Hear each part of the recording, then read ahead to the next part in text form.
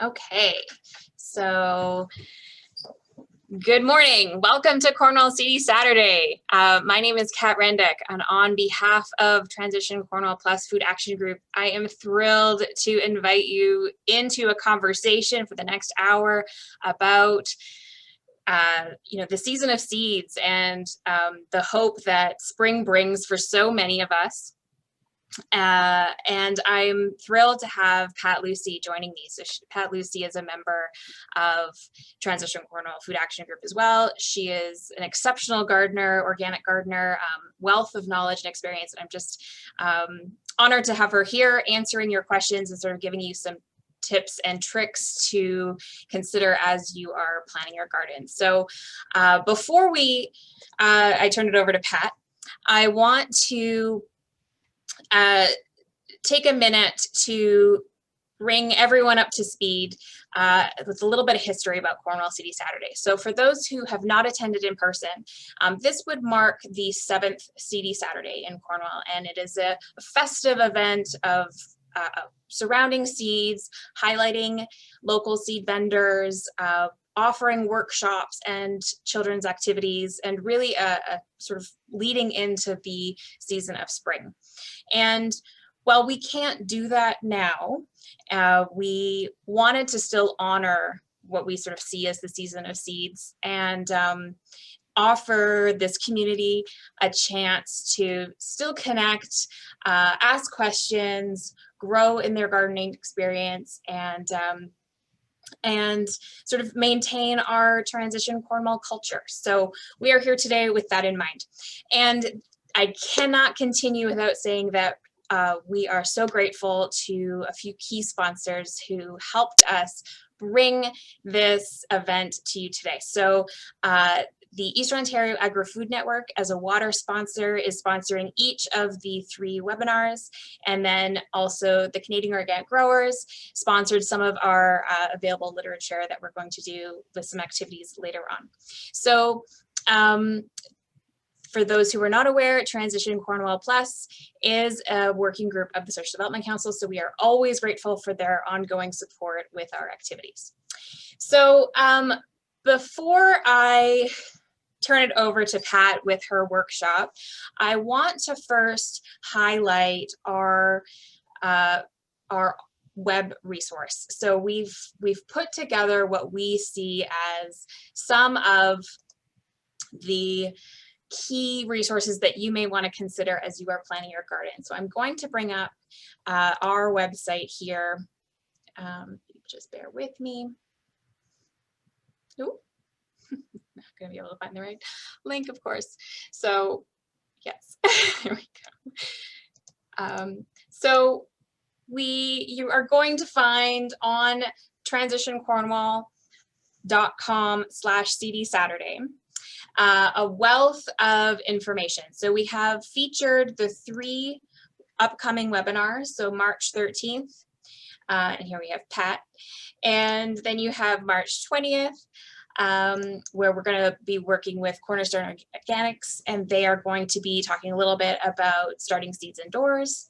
And then we, on March 27th, we have Rochelle, who's she's connecting family and earth with a variety of sort of discovery thoughts and activities for families and children. So we're going to continue to update that in the next few weeks, so you can plan ahead towards that. But today, knowing that so many of you are here thinking about your garden for spring, we wanted to also present you with a list of some of the key local seed and garden supply vendors in our area. And so these would be people that would normally be at our in-person event.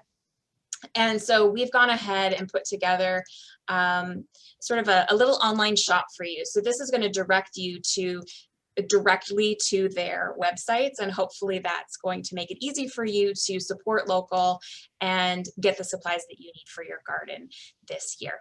I know that many of the vendors are going to be watching, and they are going to be addressing questions. So if you have questions specific to vendors at this time, please put those in the comments and I will make sure that they are answered.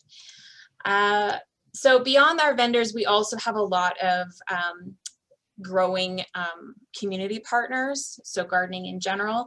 And so we are also going to start expanding down this list of just gardening resources that are here for you in the community. And so I encourage you to jump back to this website as you are continuing your planning, because we have lots of fantastic resources in our communities.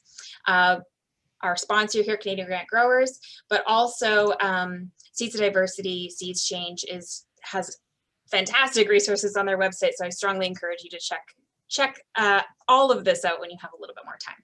And then finally, one of our kind of most popular elements, I don't want to say the most popular, but a very popular element of an in-person Seedy Saturday is our Ask a Gardener table. So this is where we invite some expert gardeners, some retired master gardeners, people who are part of the Horticultural Society, and they support newer gardeners with questions. And so we've tried to create a digital space where you can submit a question, and we're going to take those questions, send them off to our expert gardeners, and we're going to get back to you with an answer. And then depending on what we hear from people, we might put together a little FAQ from our gardeners or other types of resources. We're not entirely sure what's going to come out of this, but we wanted to create some space for you, at least through our website, for those who are not on social media, to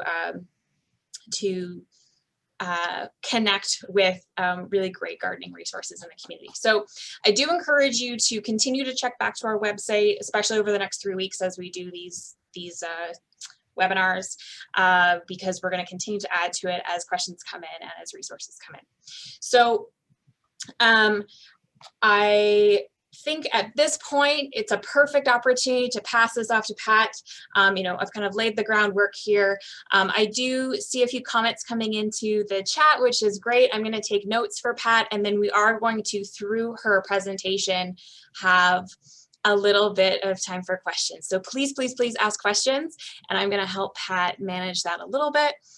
And so at this time, I'm going to bring up Pat's presentation. Well, actually, maybe Pat, let's just, before we take away your face with the screen, say hello. And just, say hello. And thank you very much for joining us today and bringing all of your expertise. I know I sort of asked a little bit on a whim, and you just came forth with so much energy and idea for what might be needed right now. And I know you have a lot of experience with that. So why don't you maybe start by just giving a little background about yourself and why you are such a passionate gardener today? Oh, okay. Well, I'm from a gardening family. Kat asked me for a bio, and we put a bio up on the site so you can read that. But one thing I didn't put in the bio is that I'm associated with Canadian Organic Growers as well, and I've been teaching gardening classes with them for years, so that when Kat asked me to help out with this, I went, well, you know what? I have a lot of slides, and I think I can go through the material I have and suit it to the focus of today, which is planning your garden. And so today, our mission is kind of to help you in the early stages of planning your garden.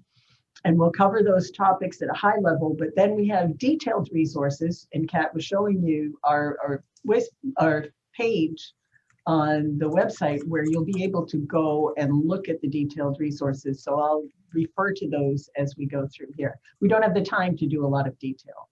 I mean, I could talk for 5 hours about this stuff, but we don't have 5 hours. Maybe we'll bring it back to you.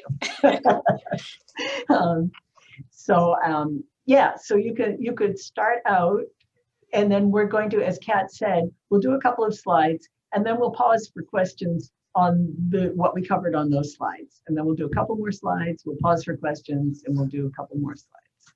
So. So I do want to say I apologize. I've just shared the Transition Cornwall website. I did take for granted that people would have already known where to find all that information. So I apologize. I put that into the chat. So if you are looking for that, that's there. And I know Pat might be referencing some of the references that are listed underneath her webinar as well. So you'll find those there as she's going through. So without further ado, I think I'm going to let Pat take it away. Mm-hmm. Here we go. Okay, So as I'm saying here, garden planning is an adventure in problem solving. All gardeners have problems to solve, including really experienced gardeners like me. Every year I solve problems or I try to solve them. I don't always solve them. But when I do my classes, I always start by telling my students that everyone makes gardening mistakes. And the reason I'm teaching a course is that I've made about 1,000 mistakes and learn from the mistakes. And you should do that too. But when you start out with planning, there are a few basic questions that each person, you have a personal situation, not everybody's situation is the same. And so you want to look at what you've got available because you'll be working with what you have available. So here are some questions. Is my soil okay? People ask me that a lot. What should I grow? That's a personal matter. If you don't like turnips, don't grow turnips. Should I use containers or raised beds or plant in the ground? That's going to be determined by what you have available, how much space, what the quality of your soil is. Do I have enough compost? Nobody ever has enough compost. That's just a way of life in gardening. But we'll talk about ways that you can keep increasing your compost. But yes, you need to make compost or get it. Is my yard too shady? A lot of people have shade issues with their garden. There aren't too many things you can eat that will grow in total shade. I'll be honest with you. Everything needs some partial sun at least, but there are lots of things. You can do a lot of productive gardening in partial shade. So we'll talk about that a little. How much space do I have? And that's sort of related to how many hours per week, because all gardeners are too ambitious. I'm one of those. I'm always trying to do more than I have time and space to do. And in an urban garden or a suburban garden, you have space limitations that sometimes I wish I had, and then I wouldn't be overly ambitious because I have a hobby farm east of Ottawa. And how many hours per week really depends on your situation. If you have 2 working parents and 3 young kids, you don't have a lot of hours per week, but you can garden. You just have to plan for realistically how much time you can put into that effort. So we'll go to the next slide. And these are the basic strategies that over time, I've developed this list of strategies that really help you with your planning. You have structural issues. You have your time limitations and space limitations and soil quality, sun versus shade, drainage, compost, and most challenging predators, which, except for the predators, we've already looked at those questions in the preceding slide.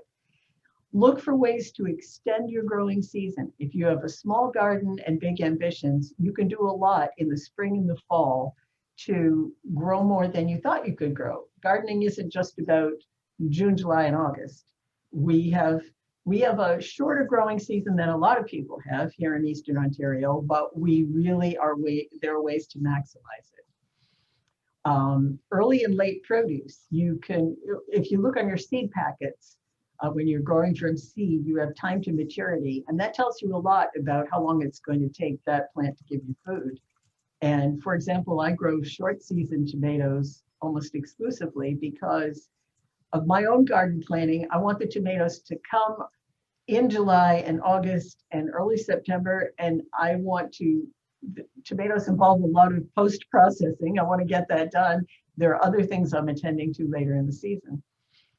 For people with more time for an extended harvest, they may want to do longer ones. Succession planting means you seed and plant throughout the season. Things with a very short maturity, like lettuce or spinach or radishes, you put them in, you take them out and put something else in there so that you maximize your use of space.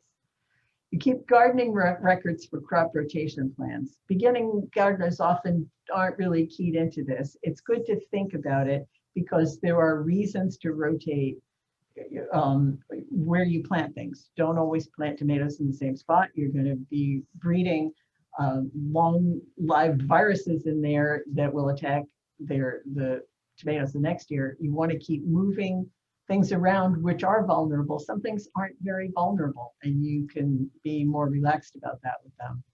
Managing the harmful insects, disease, critters, and weeds. We all have those. We all need to figure ways to manage them. And then encourage helpful pollinators and beneficial predators. There are lots of insects out there which help you with your gardening, and you may not realize that. Now, I have detailed information about this posted on the website, as Kat has pointed out, and we're going to keep pointing out because we want you to go to our resources on the website. We have a lot of detailed information for you to go through and links in there. So we can kick ahead to the next slide, which is questions. So we're open to your questions. We program questions into our presentation. So please, Kat, ask me a question. So I'm going to let people put them into the chat. Definitely prompted for that. One thing that I think maybe we could elaborate on, recognizing that we probably have a lot of viewers who might be newer to gardening. We had a lot of people last year try it for the first time, maybe in containers, or maybe they participated in Incredible Edibles and they got our seed giveaway or seedling giveaways. What would be something that you would recommend they think about if, what would be a good option, you know, for maybe year two, you know, maybe they're in their second year of gardening. They've got some patio space, some balcony space. They maybe they're not quite at a raised garden. What are some of the options for people to still continue developing some of those skills in gardening? Now, you're talking about not in-ground gardening, but container gardening, basically? Yeah, I think if like container gardening might be an option, or maybe even some indoor gardening, depending on, are there certain things that might do better in a container versus in ground, or options that they could be thinking about? Well, you take advantage of the options you have. In-ground gives you if you're gardening right in the ground, you have the best opportunity to really develop a rich and living soil. And we're going to be looking at that in a couple of seconds, a couple of minutes.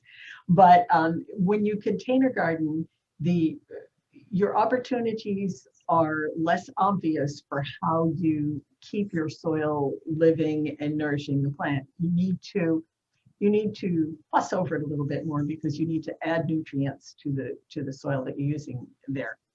Especially if you're just using commercial potting soil, like ProMix is a good example. ProMix is a good quality. I don't have stock in the company. I'm just saying it's pretty good, but there are other brands too, that if you have a good quality potting soil, that's a good start, but the plant needs nourishment. So you would be feeding it with hopefully an organic or a natural fertilizer. Now, I just want to say one quick thing about organic, because Kat mentioned that, and the word organic comes up, and Canadian Organic Growers is part of this presentation as well. They are one of our sponsors. When I use the word organic, it's kind of shorthand for a really rich and complex way of looking at how you treat your soil, how you treat the plants, how you treat the environment, how you treat animals if you raise them. So there's a whole lot to learn about it. But in the context of what we're talking about today, it means chemical-free, regenerative type of gardening, where you are maintaining and building your soil to nourish your plant, and you're not using industrial chemicals to do the job for you. You're using nature's way. So that's really when I'm saying organic, that's what I'm talking about. And it's the way I garden. It's the way I've always gardened. It's the way my family gardened. So that's when we're saying organic, that's what we mean. Yeah, I think that's really good to clarify, because that can sometimes be a really daunting concept, especially if you're a newer gardener and you don't really understand all the terminology. Really what we're talking about today is a very low chemical input, regenerative style. And so what are some of those types of strategies for garden planning that we can work towards? And I will say the rest of the series is going to highlight the same types of techniques as well. So if you still have other questions about that, viewers, there's going to be lots of conversation about that moving forward, and we can continue to have that conversation. Yeah. So I did get a question here from Rochelle saying, I know some people worry about being away for summer vacation. Should they still plant a garden? Oh, of course. So what would be a suggestion for those who, you know, are anticipating a bit of travel this summer, and maybe don't want to lean so heavily on neighbors? Oh, well, mulching is good for keeping down weeds. If the weeds will always get ahead of you. They get ahead of me, they get ahead of everybody. So I mulch a lot because I have available materials to do that. On our little farm, we have hay we can take, and then we can. So if you, for example, if you have some tomatoes and you really want to come back from your vacation and find the tomatoes still there and not overgrown with weeds, you can mulch around them with hay and straw. Weed-free hay or straw are really very good mulches, because not only do they protect the soil and keep the weeds down, they also decompose into the soil. It's like they're carbon compost as well. But you could also put down cardboard if it doesn't have chemicals in it, or newspaper. Most newspaper now is made with soy-based ink, so I wouldn't worry too much about that. I use it. You can even use old bed sheets, and that would, but you also want to, if you're going away in July and it's a dry July, we don't always have a dry July, you want water to get into the plants as well. Anything that you need to water, that could be a problem depending on the time of year that you're going away, but we haven't had too many we have droughty periods. That could be a problem for you. It would be good to have your neighbors come in and hose down your garden if it's a dry time when you're away. But yeah, if you're reluctant to ask your neighbors to come in and pull weeds for you, I can understand that. Okay. Maybe there's a reciprocity, some exchange there of lettuce or other things. So that works well. So there are still other comments coming in and questions coming in, but I think we should move on to the next section, and then I can pull up some extra ones in our next question break. Oh, okay. All right. Okay. So garden design. Now this is important. When I'm talking about garden design, I'm talking about a suburban backyard, maybe, or an urban backyard, but also complementing it with containers and raised beds and whatever you've got that you can use. Okay, you use what you've got. Maybe you have some community garden space, but you kind of have the spot that you have the plot that they gave you, basically. But if you're working around your yard, this is centering around. In my classes, I have at least 2/3 of the people are actually gardening in their yard. So that's where I'm orienting with this. But the critical elements, the number one critical element, is the angle of the sun's arc throughout the day and season. Because as we're almost at the vernal equinox now in March, another week, where day and night are equal. And after that, the sun starts climbing. The sun doesn't really climb, the earth tilts, we know that. But the arc of the sun becomes higher and higher. So you get more and more sun. Between now and the summer solstice, the angle of the sun's arc keeps changing and increasing, and get more and more sun. But as that happens, trees and buildings and shrubs and shreds and whatever cast shade mantles. You need to be aware of those, and you need to kind of predict where they will be by June and July and August. And then as the arc changes again after the solstice, I think we know that from the science class. Drainage challenges are big in the Ottawa area. We have a lot of clay, and clay doesn't drain well. Clay has other qualities which make it good in garden soil if there's not too much of it. But there are drainage challenges, and you need to work with those. Protecting soil from erosion. I was just speaking about mulch and sort of protecting your soil with mulch, but you can also use other things, cardboard, newspaper, old sheets or whatever. That's kind of at the end of the season. A water source. If you're planning where to put what and you put things in the ground, think about where the water is coming from. And hopefully, for most of you, if you're gardening at home, you have an outdoor spigot and a hose. That's your water source. But you may be carrying it from inside your house. You have to think about that. How many steps is that going to be, and where's the water coming from? Composting and soil enrichment, that's key. That's the third topic we'll be getting to after design. So I'll talk about more then. Relative heights and sizes of your plants, because we're talking about the casting shade from taller plants. Permanent placement of your perennials. So you don't just stick them anywhere. You think where the perennials will be, how tall they will be, what else will be growing around them. A crop rotation plan, I've referred to that before. That's again, keeping records to know where you're moving things. That's important. And then strategies for succession planting. Now I love pictures. You know, I talk a lot and blab a lot and have all these bulletin points, but I love pictures. So I designed a picture on the next slide to show you an example of what I'm talking about. At the top of the slide, that's direction is north, and at the bottom is the south. So the sun is behind my back if I'm looking at this. You know, the sun is coming from the south. So here on the north end of this plot, I put the sunflowers and the corn because I don't want them casting shadows on the little plants. So you put the taller sun-loving plants in the back and the next tallest in front of those. Now up here where the pumpkin is, you need to remember pumpkins and squash take a lot of ground, even the more compact ones. They really spread out. You need to be setting aside an area where they can spread out, or maybe think twice about growing them. You might just want to get your squash at the farmer's market if you don't have a really big yard. Now the strawberries, I have segregated into their own perennial beds. That doesn't mean they're always in the same bed. Strawberries aren't really a perennial. They're a self-propagating, short-lived perennial, and they need a lot of fussing.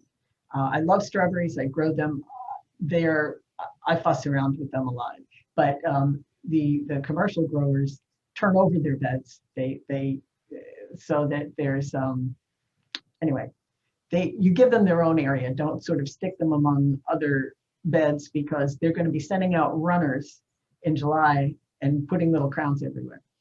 Now the big tree down there, I found a nice tree that looks like, I could have found this on Google Images, of course, but I wanted a tree that looks like a maple tree because we're not going to cut that down. We want that tree there. It's a lovely tree, but it casts shade.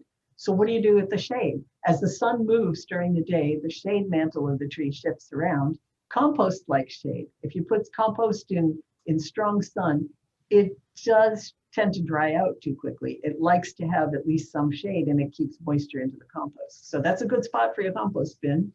It's also a good spot for semi-shade tolerant plants. There are lots of those.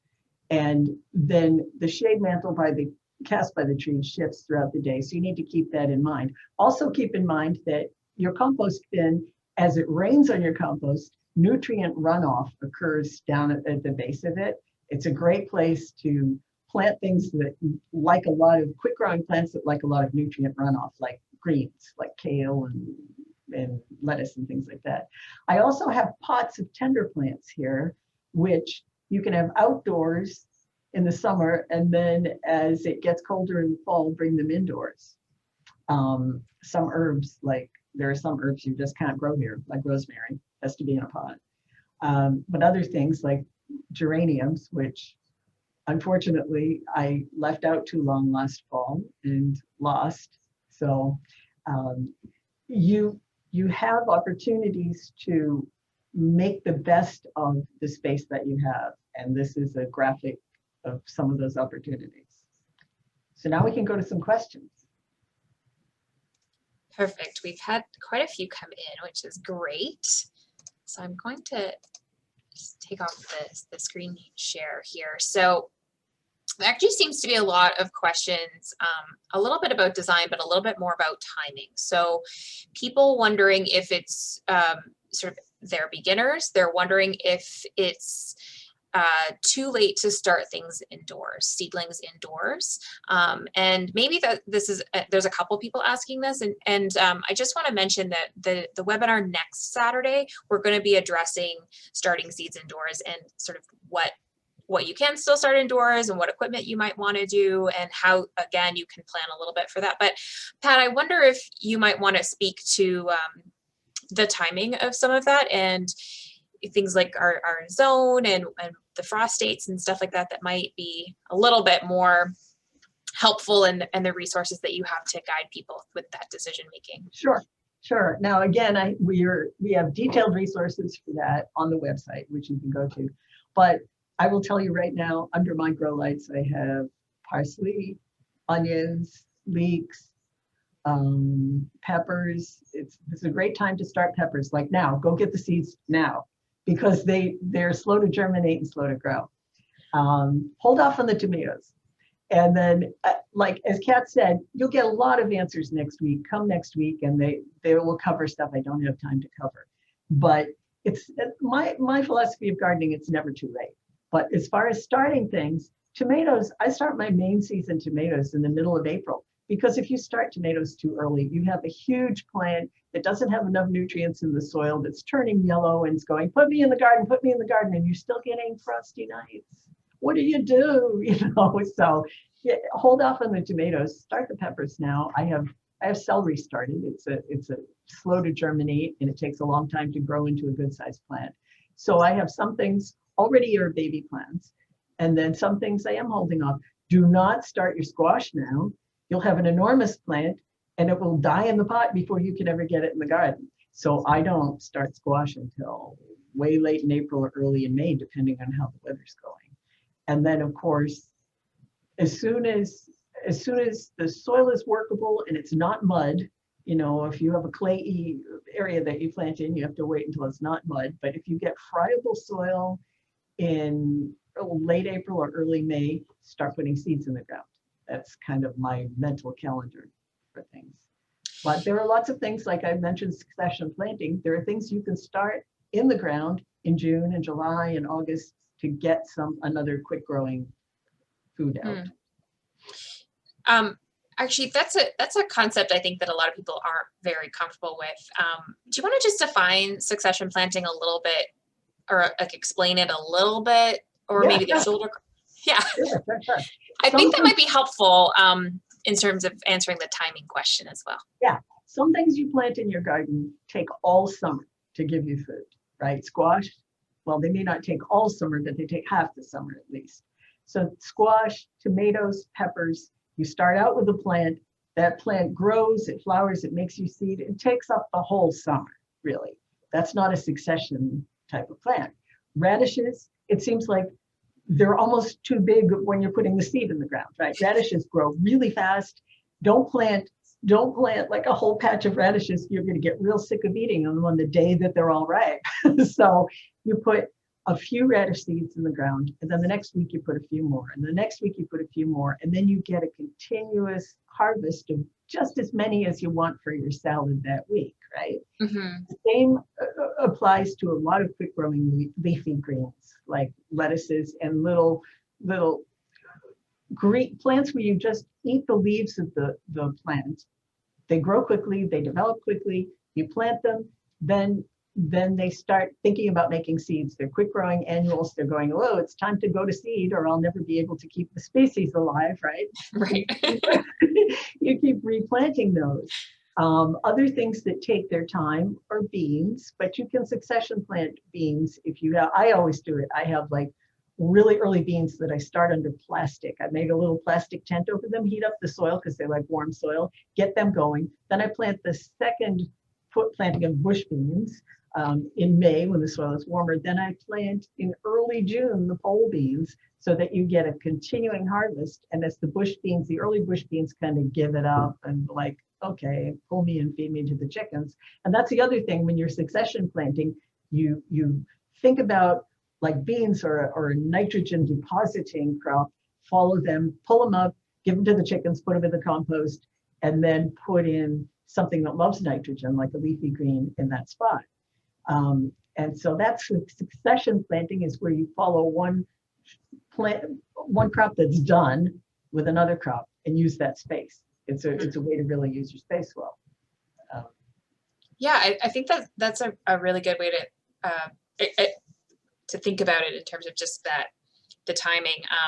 It's an act. Like it takes a couple years, I have found at least, to really understand your garden space or what you're growing in, maybe the variety of seed that you're doing and those timelines and stuff. But that's almost the fun, I think, is experimenting with that and seeing, and even as you're saying, you know, being a little bit daring at the beginning colder months and see what you can almost get away with and what's gonna thrive but knowing that you're going to have, if you get a really cold night, it doesn't really work out, like there's still more opportunity to do that planting throughout the full But summer. you also be creative and innovative about, I don't I don't have a fancy greenhouse. I grow a lot of stuff, but like I mentioned, putting a little tent over the beans. I do that also for early carrots because I love to get carrots. I just don't want to wait for fresh carrots from the garden.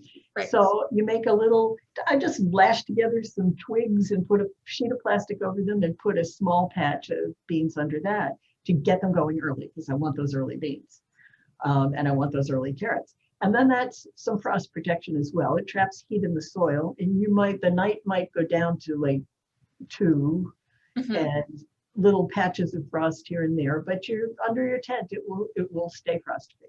So don't be afraid to experiment. Or people use like old plastic bottles they put over to use little frost caps and stuff like that. So you can recycle. I'm great at recycling. And cut the bottom off a soda bottle and put that over the plant and use it for frost protection.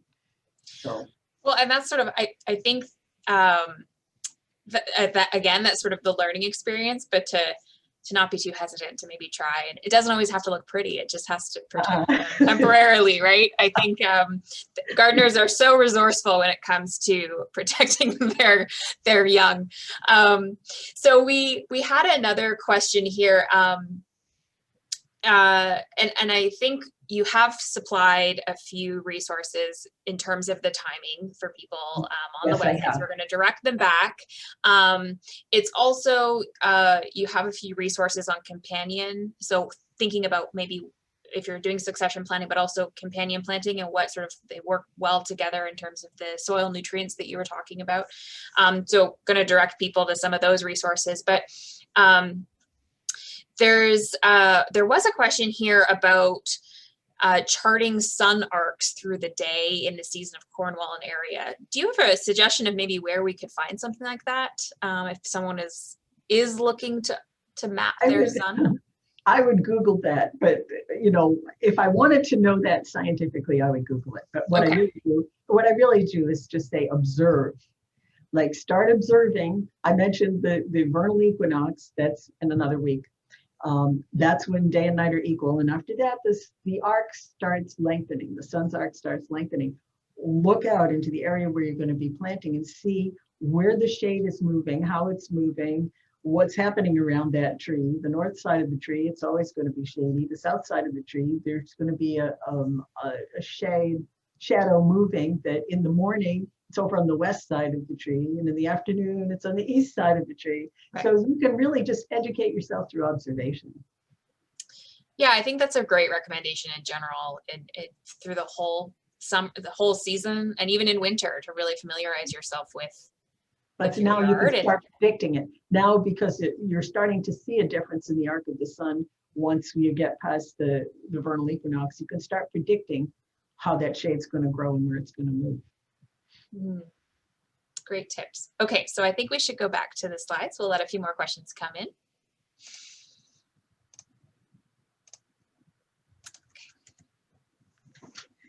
Now this is my favorite gardening slide of all time, because it was designed by a pretty famous soil scientist, Dr. Elaine Ingham, and she developed over time this concept of the soil food web, which is just, as a scientist, she has learned this through observation and experimentation and whatever. But this explains the difference between soil and dirt. Dirt is sand and clay and silt, and it's the mineral stuff in the soil.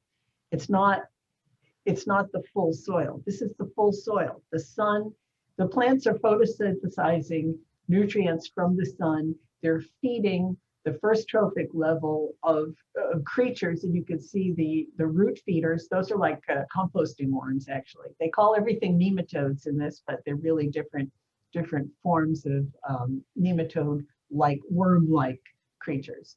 And the root feeders are composting worms, red worms that you use in a worm composter. But the fungi, mycorrhizal fungi, that means, that's Greek for a fungus that's at the roots. And bacteria in the soil feed on the organic matter. The next level feeds on them. And as they feed, They have exudations, which is a fancy word for stuff that comes out the other end, which ends up in the soil and enriches it.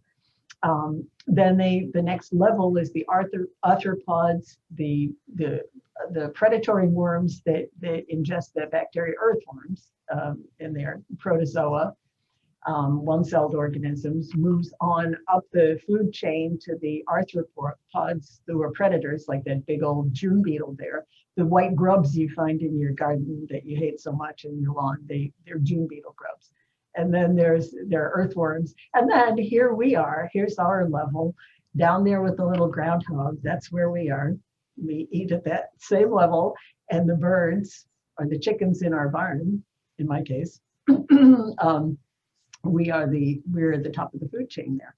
But the point of all Dr. Ingham's papers and research and all the material and books, everything she's released into the world about her knowledge of soil, she's a premier soil scientist, is about how symbiotic and interspecies nutrition in the soil works. And if you understand this, then you understand the key cornerstone of how to garden successfully, and that is building a healthy soil food web. And how do you do that? On to the next slide. You knew the answer, right? Compost, right? What do organic gardeners talk about endlessly? Compost. But you really need to nourish the soil. Now, the industrial way of nourishing the soil is sort of dump a lot of stuff that you bought onto the soil. That's not what we do. In organic gardening, if you need an organically approved soil amendment, by all means use it. But really the cornerstone of nourishing the soil is to use the concepts in the soil food web and your own sense of, your own knowledge of the soil, and you once you get into your soil and you become a more experienced gardener, you know, I in the soil course I teach, which is a pretty comprehensive soil course, I use what I call my worm count index. And if you take a handful of your garden soil and it's dark and it has moisture, but it's not wet and it's crumbly and it has earthworms in it, you're doing the right thing. You're on the right track there. These are the bullets in this slide tell you all the things that compost does for your soil, well-made compost. And of course, I have a detailed, and it's actually composting for dummies.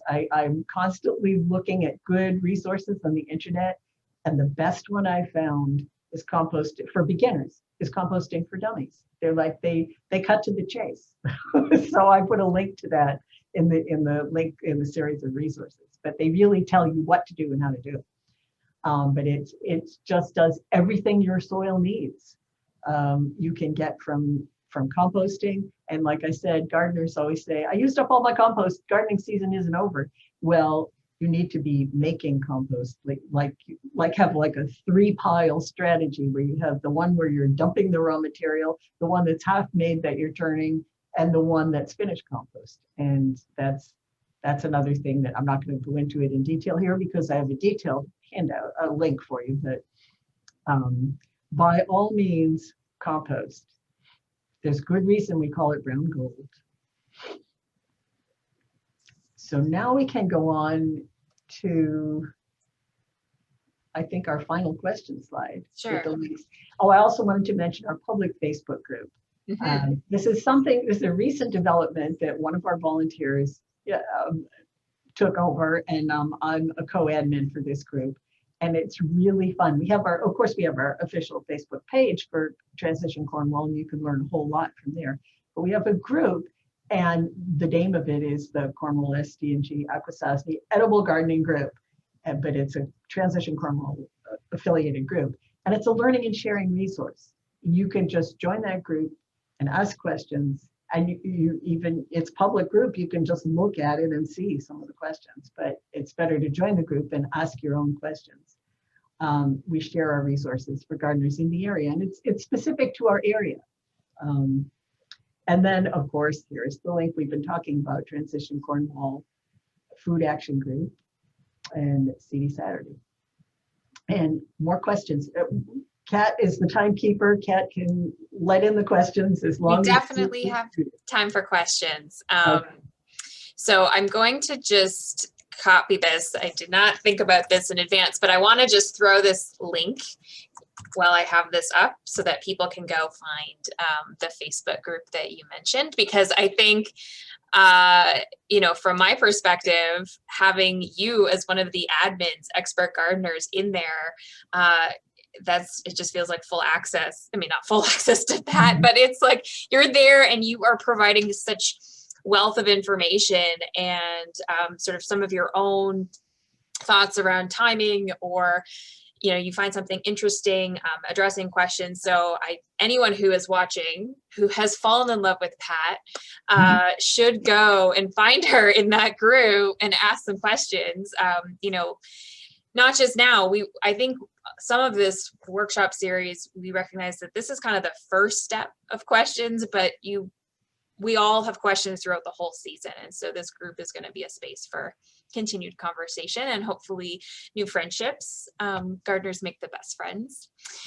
So there are a few questions coming in actually. So we've received actually another question about mulch and moisture control and keeping weeds down. So I don't know if you want to speak to that specifically, or perhaps if there's a resource that I think there was a resource that you put on the website. I didn't put anything specific about mulching, and I mulch a lot. I mulch in fall to keep soil from eroding. It's really important not to let your soil erode. You spend all this time, I spend all this time fussing over my soil and weeding it and tilling it. And I don't use a tiller, by the way, but I do everything with hand tools. But I don't want it to be eroded. I don't want to lose any molecules of soil during the rainy and snowy season and windy season when soil can erode, so I cover it.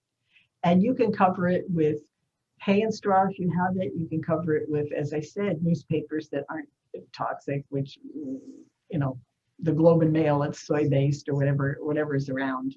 The ink is not toxic anymore.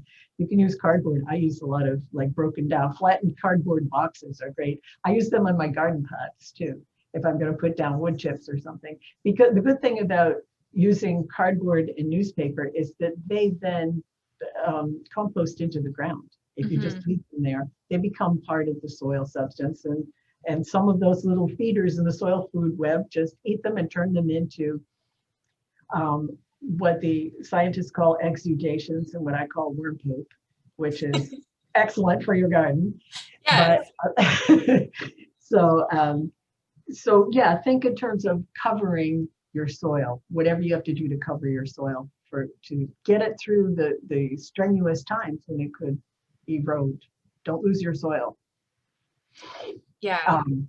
Especially when you're, as you say, when you're really investing time and energy and thought and all that planning.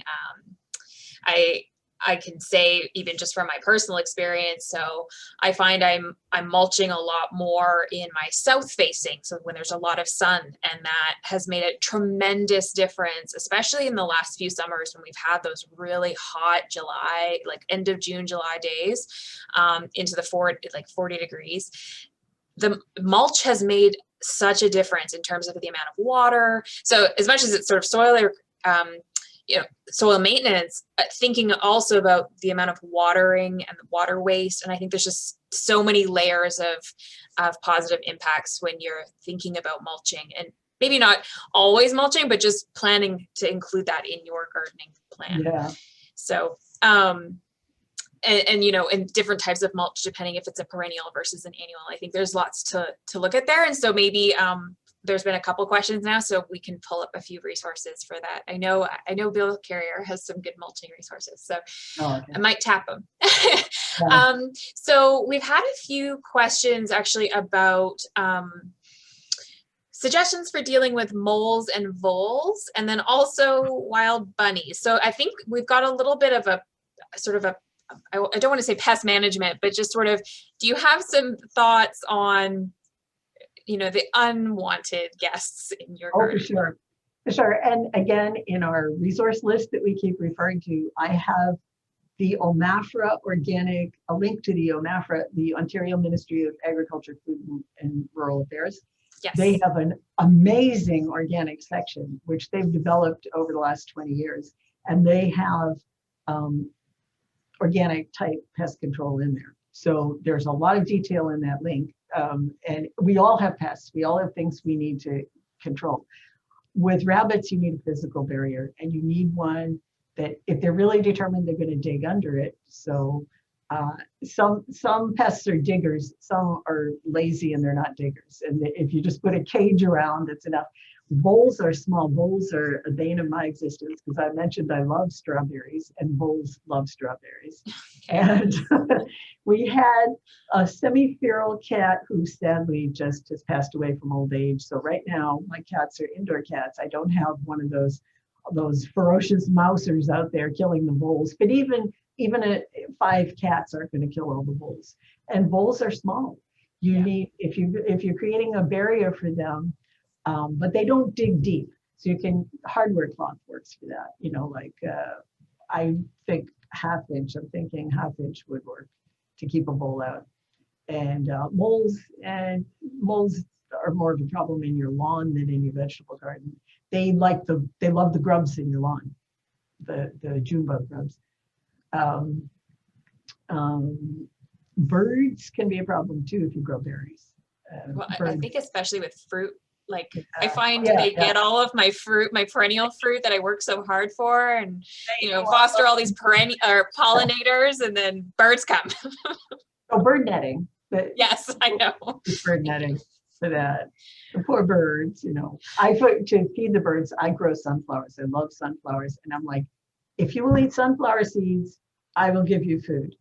Do not eat my strawberries. But of course, different birds like different foods, and the jays and the finches love the sunflower seeds, but a lot of the other birds love those strawberries and those currants and raspberries and whatever.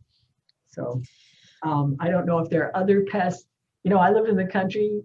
I have raccoons and deer are a good sized pest. That raccoons attacked my strawberries too last year.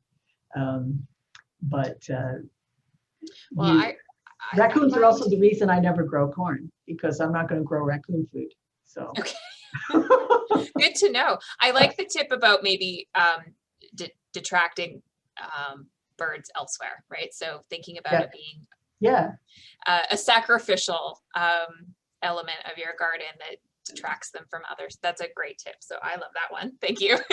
I know last year we had groundhog that, man, he was amazing. But actually one of the things that I did is let some of the lettuce bolt, because he loved eating the bolted, more bitter lettuce leaves and would pull it down. And it, in the same way that you're saying with the sunflower, he didn't seem to care about the other stuff around it. He really wanted that. So it wasn't really what I wanted in my garden, but it helped keep him from other things. So I think there's some strategy there for sure. There are definitely ways you can attract them. I'm not getting into the attracting the pollinators and the beneficials because I just don't have time to cover that. Yeah. But there's a whole strategy to that too, which I have details about. Yeah. We might have to have you back to talk about that. So we've got a couple. There's a couple comments just with regards to some of the resources. So I will double check to make sure that all the links are working. Thank you for highlighting that maybe one of them is not working. But let me see here. So there is a question here. Maybe you could elaborate on how to test if your soil is good for gardening, or like, would you recommend an actual test, or is there sort of intuitive thoughts that you might have towards that? Oh, okay. Testing's a big area. If you think that your garden, maybe your soil might be contaminated, which most soil isn't. If you live in your average suburban or urban house and the house has been there for a while, you probably don't have contaminated soil. But people who take over industrial areas or areas that might once have been industrial,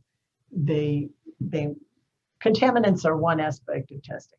Another is soil nutrition. Now you can test for deficiencies in your soil, but I wouldn't do that unless I actually had evidence that I had deficiencies. Because if you're really composting your soil and the soil looks good and you have earthworms, and if you have pretty decently good soil and the plants are growing okay, then I wouldn't bother with testing. Some people get concerned about pH, and pH is very important, but most soil does not fall in either extreme. And there's a sort of sweet spot of pH of 6.5 that, if you know your high school chemistry, it's just slightly acidic. And that's the range at which almost anything you want to grow in a vegetable garden is going to absorb a maximum spectrum of micro and macronutrients. So that sweet spot is your goal, but an awful lot of soil, if it's reasonably productive, is hitting that sweet spot. So I don't know if I'm answering that. Testing for nutrient deficiencies or contaminants, it's really complex. You don't just go, here's my soil, tell me all about it. You have to go to a soil lab that specializes in what you're testing for. And in the case of contaminants, you pay by the test. You have to tell them what you want them testing for, unless you want to spend a whole lot of money testing the soil. So, okay. But that's something, again, I cover in a soil class that I teach that I don't have time to get into right now.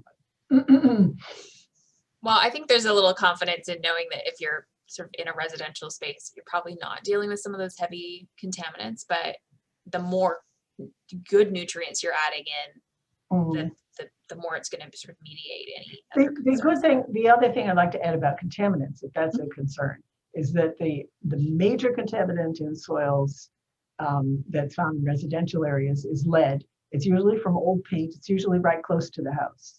If you have a house that might have had old lead paint on it, don't plant right next to the house. The other good thing about contaminants is that they're mainly a danger to you when you're coming in contact with the soil, because the amount of a contaminant that a plant would have to absorb in order to give you a toxic load when you eat it would kill the plant way before it ever got into your mouth. So your biggest concern isn't that there might be lead in your tomatoes. The lead won't get into your tomatoes, but the lead could, if you're gardening with your bare hands and your kids are playing around in your soil and there's lead in your soil and they're putting their hands in their mouth, that would be the typical way lead would contaminate. Okay. All valid points that I've never thought of before, so thank you. And this is why I'm not leading this talk. So we've had a few more questions about compost. I'm a little sensitive to the time, so I'm thinking maybe we might do a little bit more on compost at a later date, or maybe clarify some of the resources, and we can do a little bit more. I see a couple more compost questions coming in, which is great because that's, as you said, gardener's goal. So I think at this time, it's probably best that we wrap up. I want to thank you, Pat, for coming in, sharing really a great foundation, I think, for people who are thinking about their garden, wanting to maybe start a few things indoors after our webinar next week, thinking about their space, thinking about purchasing some local seeds. I always firmly believe that planning a little bit in advance can really save you some headaches down the road or disappointments down the road. So I feel like this is such a key and important part of the gardening experience that's often overlooked. So thank you for being part of that conversation today. I want to remind everyone that, and I've shared the link in the chat, that Pat is available through both our Ask a Gardener space on our website, transitioncornwall.com/Seedy Saturday, but also in that Facebook group. So if you are looking for some more community around your growing experience, and you want to engage Pat perhaps in a conversation about compost, that's where you can find her moving forward. But also she's an active member of Transition Cornwall Plus. So always our whole community is here for you as you're growing this year. And I just want to thank again everyone who's come on. We've actually had a really great attendance today. I'm really thrilled to see how many people have tuned in, have ask great questions. So thank you for also engaging in this conversation, and for highlighting a few things on the website, which we will fix because I really appreciate that. But also, if there are resources that you love and you want to share them with other people in our community, I welcome you to send them to us. So just use the submission form at the bottom of that page, and we will share your resources throughout this Seedy season that we're celebrating. Big thank you to our sponsors, the Eastern Ontario Agri-Food Network and the Canadian Organic Growers, and our umbrella organization, the Social Development Council, who supports us in everything that we do. And again, Pat, thank you for joining me today. And may we all go out and enjoy the sunshine this afternoon. Yes, start gardening. Yeah, it's not gardening yet, but just planning, dreaming of a sunny June day. Okay, thank you all. I look forward to seeing you all here next Saturday, 10:30. I will have this both in Facebook Live and in YouTube Live, so depending on your social media of choice. If you want to watch this again, you're going to find it on Facebook. We're going to put the recording on YouTube, and our partners at Your TV Cornwall are going to play the recording on TV as well. So we're going to put all that information out there for you.